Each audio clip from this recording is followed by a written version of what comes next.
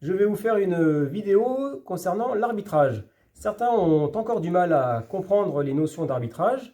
Donc pour les débutants, je vais vous présenter quelques gestes. Le tout premier, c'est le hajime. Ça tombe bien, c'est le seul geste en judo où il n'y a pas de geste. En fait, pour commencer le combat, l'arbitre dira hajime. Hajime, en japonais, ça veut dire commencer en français. Donc hajime, et il n'y aura pas de geste particulier. En revanche, pour arrêter le combat, l'arbitre fera ce geste. Il fera mater.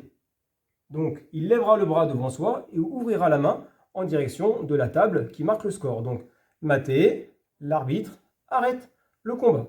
Ensuite, il va attribuer des valeurs.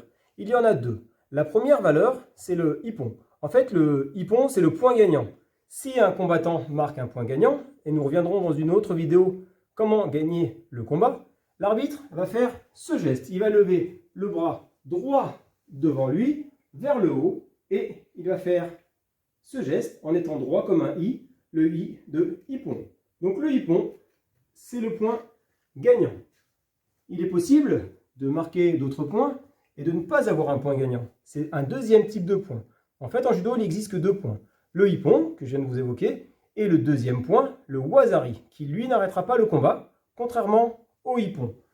Le wazari, la main part de l'épaule et le bras se tend à l'horizontale. Et l'arbitre annonce wazari. Donc ça, c'est un point qui est marqué, mais le combat n'est pas arrêté. Attention, si l'on marque deux wazari, l'arbitre aura un geste particulier qui additionne les deux wazari et qui met un terme au combat et qui en fait font un ippon.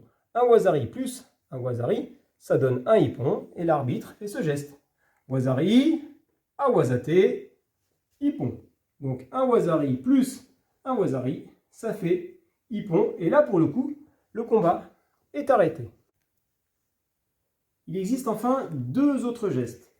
Le premier, oseikomi, qui désigne l'immobilisation. Effectivement, un combat peut être gagné soit debout, par projection, nous l'avons vu, avec le wazari et le ippon qui s'obtiennent sur projection, mais également sur immobilisation. Pour annoncer une immobilisation, l'arbitre veillera à ce que le combattant soit sur le dos, avec au moins une des deux épaules qui touche. Dès l'instant où cette position est maintenue par l'adversaire, il gagnera l'immobilisation et elle sera déclenchée par ce geste, oseikomi. L'arbitre avance son pied droit et tend son bras avec la main ouverte vers le bas, oseikomi.